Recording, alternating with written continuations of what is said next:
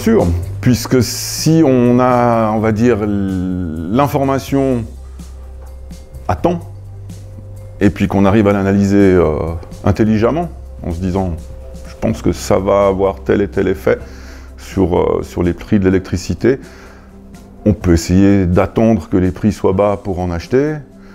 Et puis, si ce n'est pas le cas, on peut toujours essayer de, puisque c'est volatile, ça monte et ça descend, essayer de ne pas l'attraper au sommet de la vague, en se disant, mois de mars, avril, une petite redescente, puisque on attend beaucoup d'eau, possiblement les prix vont descendre. Donc après, ça reste, il faut avoir plusieurs, il faut coordonner plusieurs facteurs. Je pense l'analyse, l'information. Ensuite, je pense qu'il faut être discipliné aussi, c'est-à-dire qu'il faut se fixer des niveaux. On dit à ce niveau-là, j'en prends. Et puis s'y tenir, surtout. Et puis il faut avoir un petit peu de nez, on va dire. Quand même, je pense que l'expérience joue un rôle là-dedans aussi, pour apprendre à voir venir, en se disant c'est surfait en ce moment, ça paye trop, c'est pas un bon moment pour en acheter, etc. Donc on essaye de faire, on va dire, converger tous ces facteurs. On en parle beaucoup, donc aussi au niveau météo, au niveau long terme, on essaie de recouper les informations qu'on a à travers le département et les autres départements aussi, pour obtenir le meilleur prix sur le marché.